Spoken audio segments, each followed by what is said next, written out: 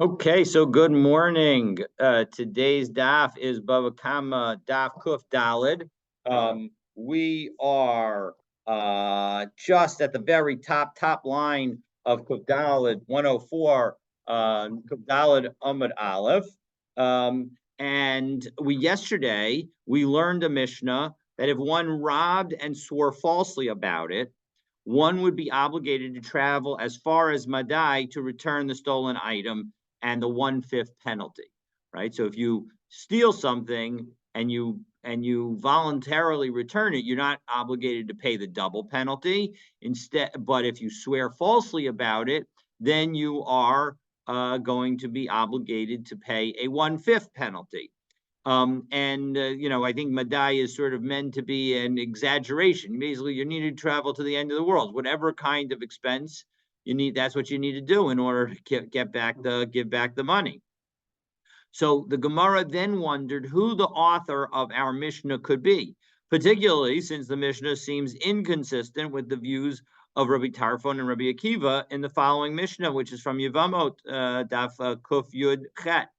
So Rabbi Tarfon in that Mishnah said that if one robs someone but doesn't know whom, and 5 people each say it was him, so the robber can put the item between them and let them fight it out. And so as a result, that suggests that we do not insist on a direct handoff to the victim, even if the robber swore falsely, because that Mishnah in Yevamos doesn't say anything about swearing falsely. So it seems to apply whatever the situation is, however somebody robbed somebody. And so as a result, we can say that it's if for that to be our Mishnah seems odd, because our Mishnah says you have to go to the ends of the earth to return something. So that doesn't seem to fit. And Rabbi Akiva says that the robber needs to pay each of the people. Well, that suggests that we're going to require a direct handoff to the victim, even if the robber did not swear falsely. Again, that implies that even without a false oath, you should have to go to the ends of the earth. So neither Rabbi Tarfon nor Rabbi Akiva seem to fit. And yesterday we tried to narrow the scope of the disagreement between Rabbi Tarfon and Rabbi Akiva to fit one of them with our Mishnah. And say basically either this other Mishnah in Yevamot is talking about where there was an oath, or it was talking about where there was not an oath. And both efforts were not successful. We left ourselves in a cliffhanger as we pick up at the middle of the top line of Kuf Daled Amud Aleph 104a with the Gemara's final answer regarding the authorship of our Mishnah. And so Rav is going to offer us a surprise answer. This is a cliffhanger that is worthy of the word. And so Ella Amar Rava Shiny Masnisin. Our Mishnah is different. And so the discussion and the elements are different. And so as Rashi says it so nicely, we'll just read the first words of Rashi, third line down, Ella Amarava Masnisin Divrea Kolhi. Our Mishnah actually goes according to everybody. So we'll go through the rest of that Rashi in a moment, but let's read it inside first so that we understand what we're going to be seeing. That in our Mishnah, we know who the robber was. That was not in doubt. And the machlokes that we saw from Yevamot, we didn't know who the robber was. And that's the difference. And that's why both Rabbi Akiva and Rabbi Tarfon could be the author of our Mishnah. But Odile, and not only do we know who it is, but the person is confessing. So the person is trying to obtain tshuva and tshuva min hashamayim, and to sort of repent from heaven. So kevan de efshar lahadure mamona lamare, and so ordinarily it's when you're able to give money back to its owner. Habale kamanda amrle yehu li biyadcha. Well, then, if I have the ability to give you the money, so I'll be the robber in this case. I stole money from Stan, and I'm going to give it back. And so now, but I know Stan. And so Stan may have gone to visit Israel. And so as a result, I'm not going to go all the way to Israel to give him back his money. And so I'll say, listen, Stan knows that I've admitted to stealing from him. He knows where I live. he's going to come back here. So I'm going to hold, it's as if he's telling me, let the money stay in my hands and I'll come back from it and I'll come back for it. So Hilkach, and as a result, however, if I swear falsely, Nishba, even though Stan has told me that I could hold the money if I wanted to, even to buy kapara, since I'm looking for atonement, I'm looking for forgiveness. Lo sagi ad dematigli day. If I want that, I have to go find Stan and put it into his hand. So ha lo ishtaba. But if I don't swear, well then habi gabi bikadon ad asish v'shakele. Well then it's as if it's just a deposit that I'm holding on behalf of Stan. I know that Stan's going to come back, but this way the question is sort of like how in need am I of atonement? And the key is that we have a special korban when I swear falsely. And for me to swear to bring that korban, I need to have done everything that is necessary. So I would think that I need to have, I need to put it back in Stan's hand. So that's the situation, and so therefore we've resolved the situation. So we now have the following: we have a debate. If we don't know who it is, so we have this debate between Rabbi Tarfon, who says let them fight it out, and Rabbi Akiva, who says no, you got to pay every single one of them. And then if you do know who it is, so then we have an agreement. If you need to get atonement, well, then you got to go to the ends of the earth. If you're not looking for atonement, well, then you don't need to go to the ends of the earth. And so that's the story. And we've now covered every possibility. And in fact, it can be our machlokas can be both our Mishnah can be both Rabbi Tarfon and Rabbi Akiva. So if he knows who it is, if everyone knows who it is, and we know who the robber is, and we know who's still and we know where the rightful owner is, why would he even want to swear falsely? What's the benefit to him? Why do we even bring that up? Why is that in it? Why is that even discussed? Well, on some level, right, the knowledge that you just highlighted is the knowledge that we have at this moment. It may be that we did not have that knowledge at the moment that the person swore falsely. That's probably the simplest answer to your question. But a more a broader answer to your question is that unfortunately, people can get caught up in the moment, and even if they know all of that, they will still swear falsely. I mean, you ask a great question, because like, why should anybody do almost any Avera at the end of the day? But we do, and the reason that we do is because sometimes it's it's expedient in that particular moment, or we think that there's going to be some benefit for us. But the bottom line is that you're absolutely right to raise the issue. It's on some level, it's a fundamental question of humanity. How can we ever, on some level sin? But I think that, again, like I said, the easiest answer is that the moment that he was swearing, he thought he could get away with it. And then, of course, it turns out that he realizes now he can't get away with it. Maybe, let's say, he could have stolen somebody's signet ring. And so, he had it in a safe somewhere, but then I don't know, the bank closed, and so now the signet ring is in his home and somebody finds it. So I can come up with a zillion cases where at the moment of the oath it seemed like it was the right thing to do to get away with it, and then but at the moment now when he's trying to do tshuva, then now everybody knows. So okay, so next, our Mishnah noted that the falsely swearing robber should not give the money to an agent. So the Gemara is now going to cite a dispute regarding a similar case. So Itmar, and then we're going to bring that discussion back to our Mishnah itself, and to discuss that particular ruling in our Mishnah. So let's take a look. So lo yitain lo livno v'lo lishlucha. Don't give it to the victim's son or the victim's agent. Itmar shaliach she'asao ve'edim. If somebody who is owed money makes a witness, makes an agent in front of witnesses, as Rashi says, shliach she'asao ve'edim. We take a look at Rashi, it's about 12, 13 lines down in the narrow lines.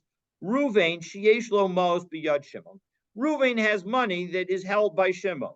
Umina shliach be'edim, and he now sets up an agent through witnesses. Lekablam hamenum v'nasnam lo, and to receive them from Shimon, and Shimon goes ahead and gives them to the agent. So we'll call the agent Al, and so we have Ruvain appoints Al in front of witnesses. Al goes to Shimon. Shimon gives the money to Al. What's the story? Rav Chisda Amar Havi Shliach.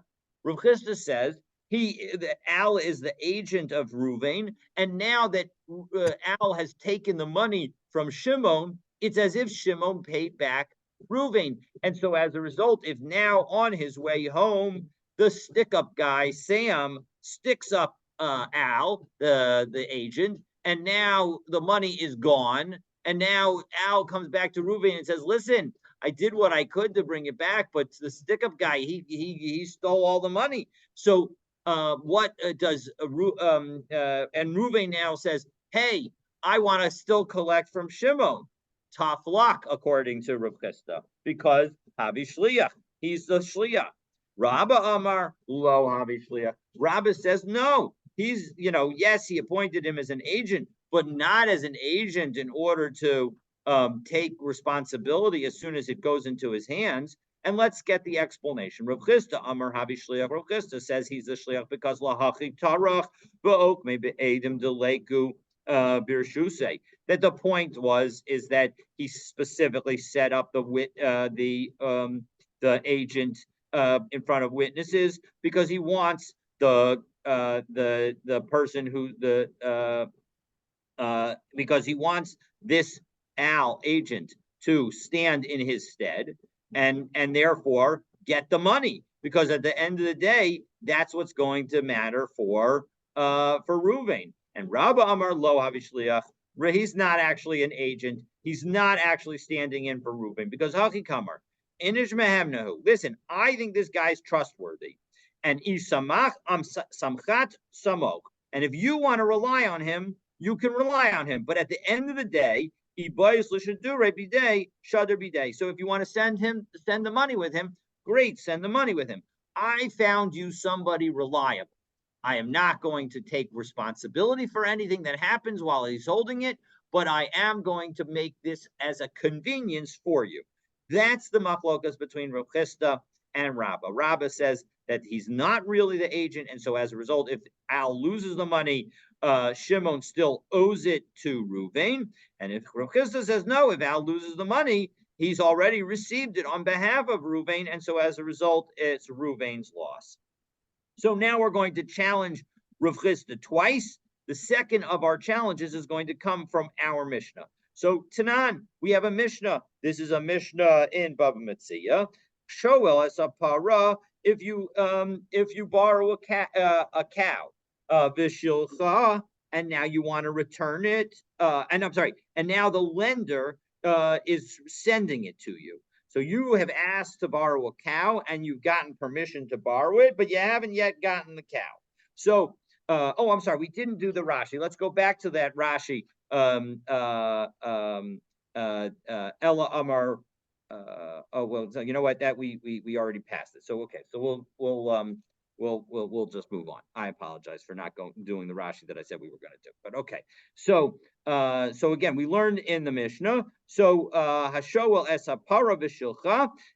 If you borrow a cow and it is getting sent to you, and if sent biyad b'no, in the hands of the son of the lender, biyad abdo, the servant of this lender, biyad shlucho, the agent of the lender, o biyad bino, o biyad abdo, o biyad shlucho shel shoel, or if you end if it's being sent in the hand of the son of the borrower or the slave of the borrower or the agent of the borrower, umesa, and now it dies before it reaches the borrower himself, patur.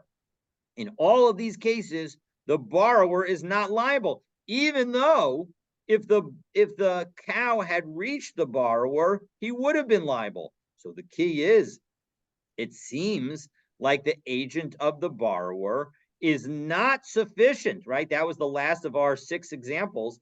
The last case is the agent of the borrower is bringing it to the borrower, and we say that's not good enough. It's not as if it has already come into the borrower's hand. So, hi shlucha hechidami. Now, what kind of shliach are we talking about?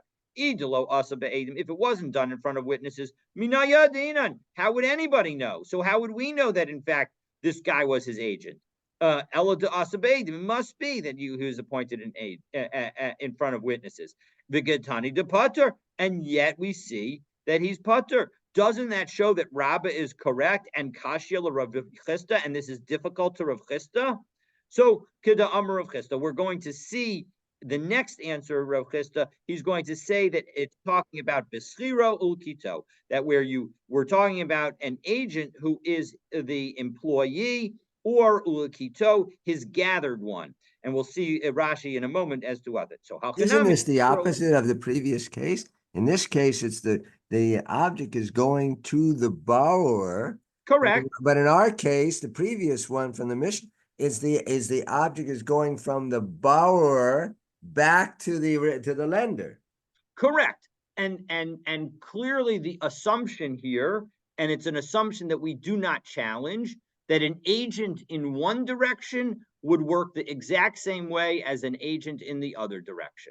You're 100% right that this is a reverse case, but that's exactly the point. We're asking it notwithstanding the fact that it's a reverse case, because the point is that if the borrower's agent goes to the lender and picks up the item, do we say that it's as if the borrower already has it? And similarly, when we had the machlokas between Rav Chisda and Rabbah, that machlokas was on if the lender's agent goes to the borrower and picks up the item. Do we say that it's as if the lender has already received the item and the item has been paid back?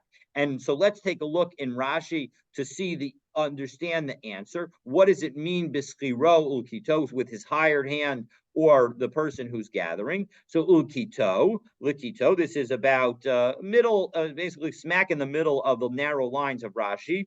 So shalaktu etzlo ladorimo, that the person gathered him in to live with him. So he's basically somebody who he likes bebeito, in his home, lutzavsa ba'alma, for companionship, l'shon mori, and that's what my teacher said. Now there's another lesson that we'll see, another possibility for Lukito. We'll see it in a moment. Uschiro niskarimo, he's a hired hand with him.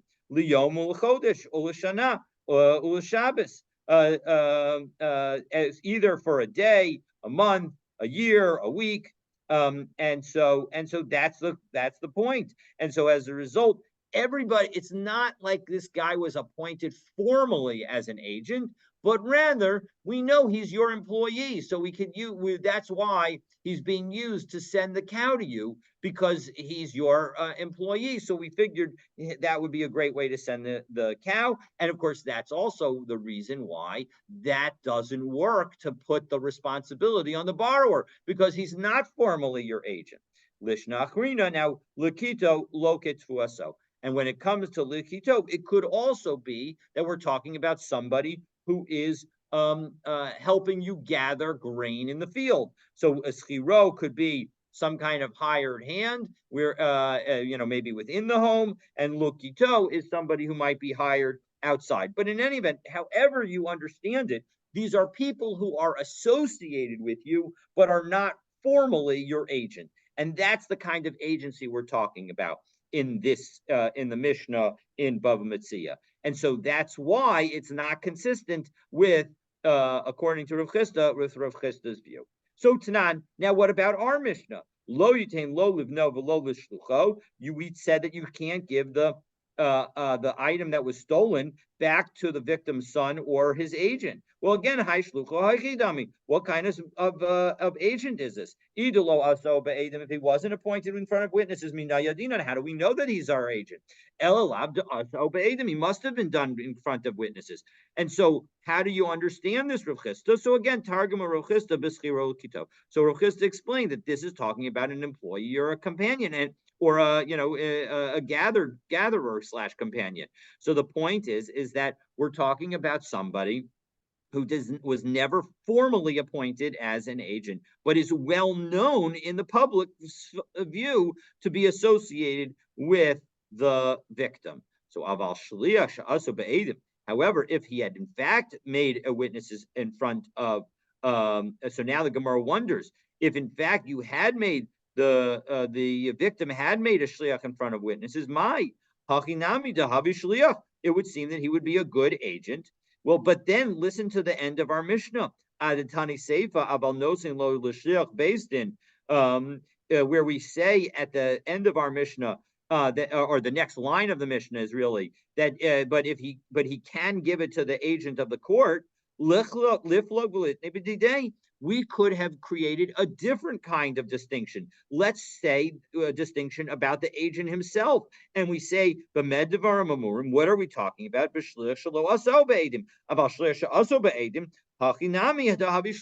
But if in fact we were talking about a full-fledged agent who was made in front of witnesses, well, then the robber would be allowed to return the stolen item to that agent.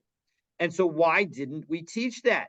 Isn't this evidence of the fact that Rav Chisda's explanation is not correct? So Amri, lo psikale. No, they want our Mishnah wanted to give an absolute rule. And when it's and what's the absolute rule? The absolute rule is that if you have a shliach based in, it doesn't make a difference how the shliach based in was established. You can use that shliach based in. Shliach based in loshna aso nigzav loshna aso gazlan havi shliach. Whether and although it says that the literal translation is that this shliach of the based in was appointed by the victim or the robber, but we should say it was appointed at the request of. Whether the court appointed the shliach at the request of the victim or at the request of the robber himself, it doesn't make a difference. He is considered a shliach, and if he gets the money, then the obligation of the robber is extinguished. Psikale, it's an absolute rule. Shliach, whereas shliach when it comes to a witness that was appointed, an agent that was appointed in front of witnesses, the ki also nigzal hu de havi shliach. It's only when the victim appoints the agent that it works. Also gazlan lo havi shliach. But if the thief wants to appoint a shliach, that is not going to be sufficient to enable the gazlan, to enable the robber to give the item to this agent. That is not sufficient. Lo psikale. So it's not a general rule. And so as a result, that's why we didn't teach that. And lo apuki mahaitana. And this all comes to exclude the view of another that we have in a different brisa. If we take a look at a different brisa, we see Tanya, Rabbi Shimon ben Elazar Omer. Rabbi Shimon ben Elazar says, "Shliach based in she'aso nigzal v'lo asag gazlan." If the agent of the court was appointed at the request of the victim and not the robber, well, that's fine. Gazlan v'sholach halav v'natal es shalom miyado. Or if the agent of the court was appointed at the request of the robber, and the victim sent to the robbers to this court appointed agent, the victim sent his own agent and took it from the agent appointed by the court at the request of the robber, patur. Then you would be exempt. And the Rashi tells us 1, 2, 3, 4, 9 lines up. Patur me onis haderech, and you be exempt from any kind of misadventure that happened on the way. And why is that? Time of denatal hanigzal. That's because the claimant, the victim's agent took the item from the court appointed agent that was appointed at the request of the robber. But if in fact the court appointed agent that was only appointed at the request of the robber had lost the item, that would not be sufficient. So that is a disagreement with our Mishnah, because our Mishnah, as was just highlighted by the answer of Rechista, tells us that any kind of agent of the court, whether the court appointed the agent at the request of the Gazlan or the Nigzal, it doesn't make a difference whether it's the thief or the robber or the victim that asks the court to appoint it. It's going to be a good agent that the robber can give the stuff to and will no longer be liable for anything that happens. Okay. At what point would the agent be liable? It seems to me that logically, if you give something to the agent loses it. The agent, it's stolen. Doesn't the agent have some responsibility? Absolutely. The agent does have some responsibility. The question is at the moment, we're dealing with an agent who is not paid. And so as a result, an ones, something that is literally against his will, not obviously if he's negligent, then you're absolutely right. He would be liable. But here we're dealing, in order to eliminate that prospect, we're dealing with an agent who is not being paid and we're dealing with something that was completely beyond his ability to control. And so therefore, you're absolutely right that if it was within his ability to control, he would be liable. But here, in order to make it as most extreme case possible, we're dealing with a situation where it was beyond his control. So excellent point. Okay, so now the Gemara quotes other Amoraim who agree with Rav Chisda. So Rabbi Yochanan and Rabbi Lazar. Let's take a look and see what they say. Rabbi Yochanan and Rabbi Lazar, da Amri Tarvaihu, Shaliach Sha'aso Be'edim Havi Shliach. They both say, just like Rabbi Chisda, that a witness that is an agent that was appointed in front of witnesses, he's an agent, and if you give something to him, he has taken it on behalf of the principal. So the Im Tomar Mishnah Tainu, and if you say, hey, what about our Mishnah? So b'mamtzi lo shliach, that's where the victim simply makes an agent available to the robber. D'amrle, he says to him, Isle zuze gabi planya v'lo kameshader lehu. That look, I have money by this guy, by so and so, by the robber, and he isn't sending it to me. So as a result, it chazile. Go. So he says to his guy, listen, go appear in front of him. Maybe he's just never found the right person to send it back. And so as a result, that could also be the case in our Mishnah. So we've essentially found a new answer to our Mishnah. Or or we could say it wasn't a formal appointment at all. It was just somebody that was my worker, and so as a result, you thought that he would be my shliach, but I never appointed him as my shliach. So those are all different ways to explain the Mishnah and say that it's consistent with the idea that if I did appoint a valid shliach, then it would be the robber would be allowed to give it to that shliach, and I would no longer have a claim against him. There's an interesting Tosos here. If we take a look at the Tosos Hachi Ka'amrle Inish Mehemnahu, because Tosos asked the following question. Let's take a look at the Tosos right again. Here, if the point is that if I say about a guy, hey, this guy's reliable, what's the story? So Tema, Amai Chayavu, right? So we said in the situation is the following. I say about Stan, listen, he's a reliable guy. You can give him the money, but I'm not appointing him as my agent. And then, Moshe, goes and gives the money that Moshe owes me to Stan. And now and then something happens to the money. And I say to Moshe, no, I never told you you could give it to Stan. The explanation of why I won't be, why Moshe will still be liable to me is because I would say, I know, yes, because I would say, I don't think Stan is reliable enough. But here I've explicitly said to Moshe that I think Stan is reliable. So why should I be allowed to get out of that? That's the question that Tosos is going to ask. So Tema, amai chayav min adin b'achrayas? Why am I why is Moshe still responsible b'achrayas onus haderech when something happens along the way? The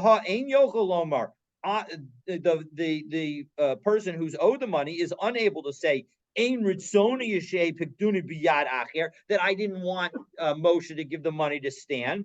Because after all, Moshe gave it to Stan, who's somebody who I say is believable. So v'yesh lomar. So the answer is as follows: the nira afiluhu atzmo heviu b'derech v'nenes chayav dipshiahu. Dipshiahu oseh shemolicho b'derech b'makom ploni. No, it isn't about the guy that the agent himself. It's not only about the agent; it's also about the location. So even if Moshe were to give me the stuff that he owes me in a place that isn't my home place, then and something were to happen along the way, Moshe would still owe it to me, because there's two aspects to giving it back. There's the location and the person. So yes, we might have overcome the person, but we haven't overcome the location. Sheyesh bo sakana, because there was danger in that place. Ubal karcha chayav lishmor ad shiachzirenu lo b'yishuv b'makom shehevkidu etzlo. Frankly, you need to go to a place where the guy had given it to you in the first place, and so that's where it needs to be done. As we'll see in a couple of weeks, we'll see in 2 weeks. If you give somebody something to watch in a community, in a settled area, lo yachzer lo b'midbar. The person who's watching it can't give it back in the wilderness. Mashma debal karcho chayiv lishmor ad sheyachzirenu b'yishuv b'makom shehefkido. You have to watch the item until you get back, until a place where you are, where I gave it to you to watch in the first place. You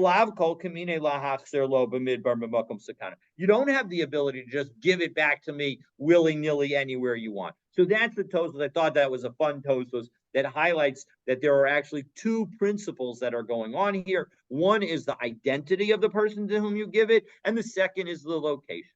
Okay.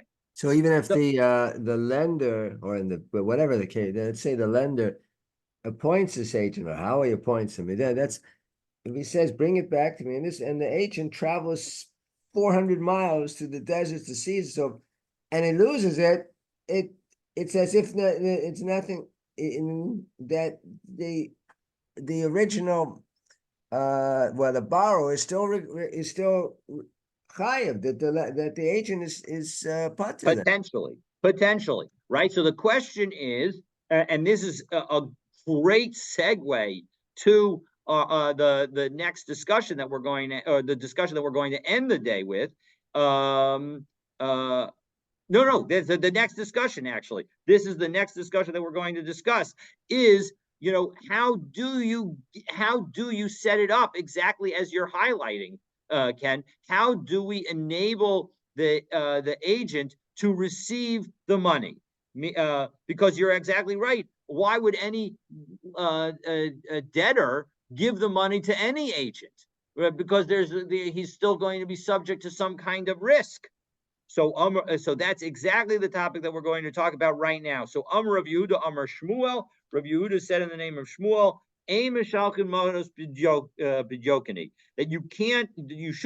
you don't have to send money back with somebody, even if they have a document that indicates that they are the representative of the depositor. And Rashi says, Bidyokini, Masar lo bal habikadon, that the owner of the item that is being watched, meaning the lender or the creditor here, or again the person who gave the item to be watched, if it's a watched item, lishliach, he gave the agent simanim is symbols because of lochos mo, and he signed on it, beigeres in a letter, umasralo, and he gave it to him, va'amralo lech v'hasra Leploni, go show this to Ploni. And he'll give to you the money that I have in his hand.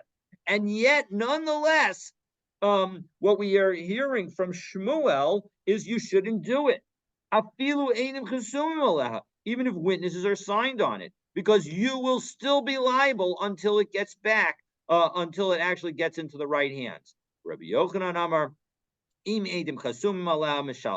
if there are witnesses signed on it, you can give it with them. And so that is the machlokus, exactly along the lines that you're suggesting, Ken. That what if the guy sends his actual real agent and there's proof and it's written on the document? So again, according to Shmuel, it's still not good enough. But so Amri l'Shmuel my takanta. So what do you do if you hold like Shmuel? So Kihada Rabbi Abba Havi Masik Zuze b'de Rabbi Yosef Bar Kamma. There was a situation where Rabbi Abba had some money that was being held by Rabbi Yosef. And so Amr Leila Rav Safra. So Rav Safra happened to be going to where Rabbi Yosef was located. And so Rabbi Abba says to him, Bahadi de Osis Aitinu Nihale. When you get there, bring it to me. Ki Azalahasam. When he got there, Amr Le Rava Bray. So Rava, the son of Rav Yosef, says to Rav Safra, because of Lachis Kabalti, do you have a receipt that shows that as soon as I receive it, it's as if Rav Safra has collected it, and therefore you are completely off the hook? Amar le lo. And he says, no, I don't have that. So go back and get Rabbi Abba to write a receipt for you to say that basically when you get it, it's as if Rav Safra has taken it. But then in the end of the conversation, Rabbi said, you know what? Even that's not enough, because ikas of lach nami is kabalti lav klumhu. Even that's not going to be sufficient, because doma the us is shachiv Rabbi Abba v'naflu zuze kamei yasmei, because maybe Rabbi Abba is going to pass away and it'll go to the orphans. Now Rashi narrows this and says this is not just an unreasonable, anybody could die at any time kind of comment, but rather if we take a look, end of the last wide line in Rashi on the top of Kufdal and Amabet, Shachiv Rabbi Abba, the Zakenhu, because he was older, the Kvikvar Batal Shlichuso, and if in fact he had died, it would negate his agency that he would have set up before the money was received. The Ihavu Unse Lahu, and if there was then an onus, Lahu Mincha Ba'orcha Tibai Lan Yatme. If there had been some kind of onus that you would be involved in, is telling Rav Safra, during on the traveling, the Yisomim would end up coming back to me. And so as a result, or my father, and so as a result, there's nothing that would be good. So Amar, so as a result, so his kabalti the Rebbe Abba lav klumhu, and so as a result, that statement of that receipt will end up being worthless. So Amar lei the ella my takanta. So what should we do about this? So zil nikninu lach agav ara. Let Rabbi Abba transfer the debt to you. So now it's not about you being the agent of Rabbi Abba. You are now the owner of the debt, of the item that I'm holding for you.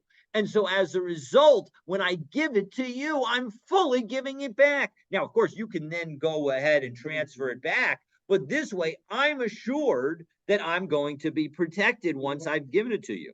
So and you should specifically do this through land, because you can be essentially kona anything as a result of land. The ta'at ksov lan his kabalti, and then you can write a receipt because I'm giving it to you, so I'll see that you're still alive. Obviously, on some level, a number of these issues get resolved in modern communication, where you can see that somebody is alive at the present time.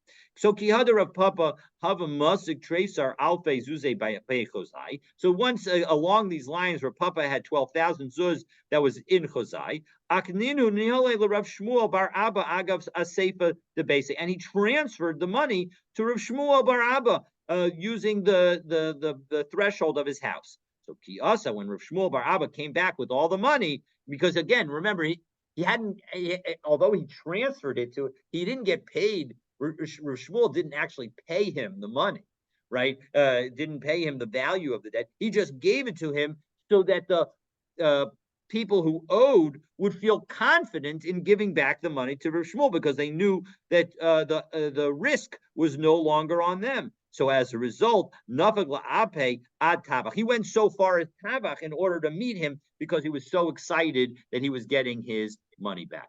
All right. So now that we'll come to the last topic of today, and Nasan Lo Esa Karen. We say that if you gave back the principal and you only owe the fifth, you do not need to, that does not trigger an obligation to travel to Madai to pay for it. So if I pay you back, but I didn't yet pay you the fifth, then again, and that fifth is really a quarter, but in any event, the fifth that I owe you, that amount of money, that is because of, after you pay 25%, so then 25% is 1/5 of the total amount paid. But in any event, that fifth, I do not have to go to the ends of the earth to pay it. So what does that show? Alma chomish mamonahu.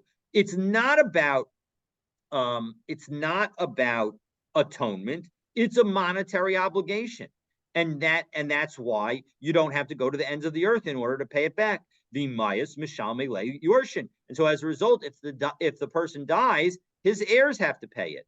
Utnan nami, and we actually have a mishnah. Nasan esa karen v'nishba ala chomish. If you give back the principal and you swore in connection and therefore owe the fifth, Hare Mosif Chomish al Chomish. You have to, I'm sorry, and you swear that you don't owe the fifth any longer, you're going to owe a fifth on the fifth. Alma Chumsha Mamonahu. That again shows that the 1/5 surcharge is a monetary obligation that's owed the victim. And so as a result, if you swear falsely about it, you're going to have to pay a penalty on it. And we got a brisa that confirms this. If you rob somebody and you swear about it falsely, umes, and then you die, your heirs are going to need to pay the principal and the 1/5 surcharge, but they're going to be exempt from the asham because you're now dead, so you can't bring the carbon. You've essentially attained all of the forgiveness that you're going to obtain in this world, and so as a result, you're no longer subject to the offering. Okay, and neither is your yorshim won't be either. The yorshim b'nei shalume chumsha da'avun havu. 1 second. So now the Gemara challenges us: are really the yorshim subject to the 1/5 penalty? Because urminu adayin ani omer. Because I still say this is a brisa that highlights this contradiction. When do you not pay the 1/5 surcharge when your father has robbed? When neither of them has sworn. Okay, so that's kind of obvious. Well, what about when he's sworn falsely? The child is sworn falsely and his father did not. Or the father swore falsely and he did not. Of it, or both of them swore falsely. Minayan, how do I know that even in that situation, the son does not pay the 1/5 surcharge for the father's theft? Talmud Lomar, Asher Gazal, Asher Ashak. It says, the Torah says, this is from Vayikra Parakeh Pasuk Kaf Gimel, that he robbed and he acquired. So here, the son is not the one who did those things, and so as a result, he's not going to be liable. Behulo Gazal below Ashak, and he didn't do it. So we see in this brisa is clearly indicating that there's a situation where the father swore falsely and the son does not need to pay back the fifth. So Amar of Nachman lo kashya kan shahoda kan shalo hoda. Oh, the question is did the father confess or not? So when the father already admitted that he owes the money, so then his children will owe the money also. But where he never confessed and never became liable to the surcharge, then he is not going to be subject to that penalty, to that additional money. So But why would the sons be responsible for the sins of the father? Why would because that? That would seem to be obvious. The sons didn't do it. you're absolutely right. So here we're clearly talking about a situation where well, the concept that we had up until this point is the following. If I lend money to somebody and they die and then their sons inherit the borrower's property, the sons owe me the money, right? That you agree with that, right, Ken? The sons owe them.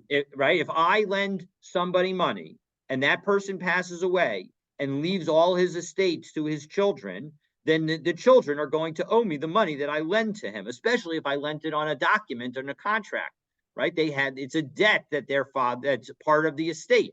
Meaning even in today's world, right? If for most debts that are part of an estate, the estate owes those debts before it can distribute the assets to the heirs. Similarly here, when Well, it's an estate owes the money, but the sons don't. There's a that is difference. true. That is true in the United States. When with estate law, the estate is viewed as a separate person. We don't have that concept, I believe, in Judaism, and so as a result, the children effectively inherit it. And so as a result, we do have that in Jewish law that the children do have the obligation to pay the debts of the father, and that's the Hava Amina of the Gemara, and But that's the that's still different from a theft. Yeah, I agree with you. And the point is what we're saying now is that if the father admits that he owes the money, then no longer is it just a theft, but it becomes like a debt. And that's exactly the point that the Gemara is trying to make. The distinction that you're highlighting, that children should not be liable for the sins of their father, is absolutely correct. However, where the father has admitted the sin and becomes liable for a monetary payment as a result of that, that becomes a debt of the father, and therefore can be transferred and would be transferred to the sons. And that's precisely the point that Rav Nachman is making when he says Kan Shahoda, that's where he confessed. And when the robber was still alive, and Kan Shalohoda, that's where the robber did not confess. So when the robber did not confess, and so as a result, the debt never became due while he was alive. You're absolutely right. We would not impose the penalty of the 1/5 on the children. However, where in fact he did confess, so then it would be imposed. So now the Gemara is going to ask along those lines, Elo Hoda, 1 second, if we're dealing with a situation where he did not confess, and that's what that Bryce is talking about, Karen Namilo Mashalim. Why should the son even be subject to paying the principal along the lines that Ken is saying, right? It's now we're not going to punish the children for the sins of the father if the father never confessed. There's no obligation because it's just a robbery. And if you want to tell me, yeah, the sons don't owe the money. But the Tana that was arguing that we don't have an obligation of the 1/5, the implication of that, Lamemer de Karen Mishalim, the implication of that Tana is to say in that brisa that we just cited to raise this whole question, the implication is that you would pay the principal because that's why the Tana is talking about the 1/5. But Otanya, in fact, if you continue on in that brisa, but Dayan ani Omer, what else does it say? It says the following. I still say, Amosaihu Mishalim Karen Al Gezel Aviv. When does a son pay for the principal of the stolen item that his father stole, when both he and his father swore to deny it. Or when the father stole and he didn't swear. Father swore and he didn't swear. Hu below aviv, lo hu below aviv. Or he swore and his father didn't swear, or neither of them swear. So minayin, how do we know in those other 3 cases that the son is going to be obligated to pay the principal back of the robbery that his father did? Talmud Lomer, Gzela v'oshek aveda upikadon. The Torah tells us it doesn't just say that he has to return the item he stole, but it says that it refers to the item it stole. It says he should return the stolen item. So again, it says gzela, the stolen item, the robbed item, oshek, the tricked gain, the fraudulent gain, aveda, the lost item, upikadam, the deposit. So yesh Talmud. So now we're going to pause to understand those words. Yesh Talmud. So the Yosef Rav Huna, Amar Lahash Maita, Rav Huna was teaching this. Amar Le Rabba Bray, and Rabba his son said to him, Yesh Talmud Kamarmar? Did you say Yesh Talmud as or Yesh Talmud Kamarmar? Or did you say Yesh Talmud? So what's the difference between those words? So let's take a look at Rashi. It's right opposite this there's a parentheses. There's a line in parentheses in the Gemara. So right opposite that line in the Rashi. So Yesh Talmud on the left hand side of the page. Yesh Talmud Ka'amar Vitana Mikra Maisila. Are you Midiksiv Kol Hani Ribuyahu? Are you telling me that because it repeated the robbed item, the fraudulent gain, the lost item, and the deposit, that's what shows that in all of the situations, the son needs to pay back the principal, Shaben Chayav L'Shalom, O Yishtalmu Ka'amarmar? Or did you say that he has to pay? Meaning Yishtalmu means that he needs to pay. They are to be paid. Umisvara hu mishalem v'lo mikrai. And you're telling me that it's just a logical conclusion. So Amrle, Yesh Talmud. No, it was Yesh Talmud that I said, meaning that it is from the extra words in that verse. Umribuya Dekrai Amri, and it's because of those additional words. So the point is that it's clear that the son is not obligated to pay the 1/5, but he is obligated to pay the principal. So what are the facts that result in that? Because if the father never admitted anything, and only the son is the one who admits, it seems like that the son would not be obligated to pay anything.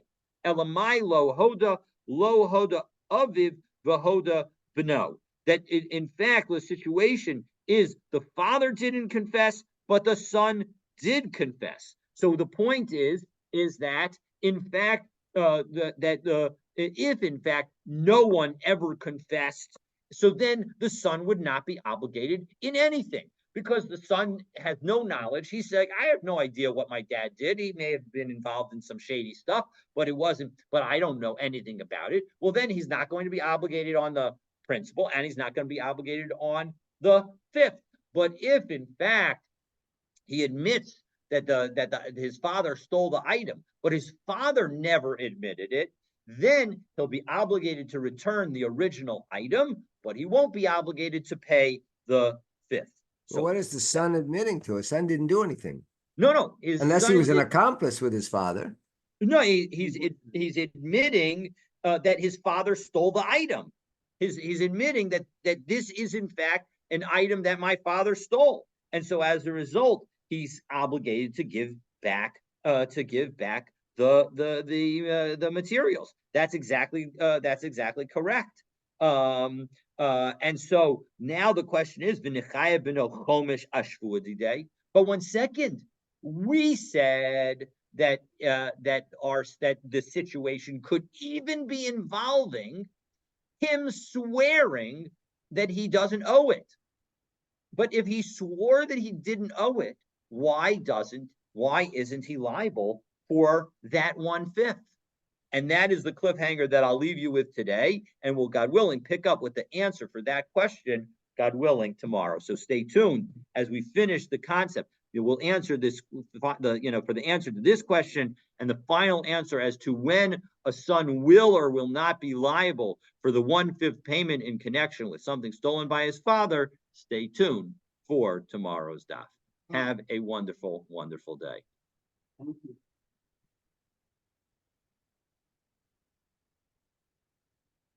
Have a great day. You too.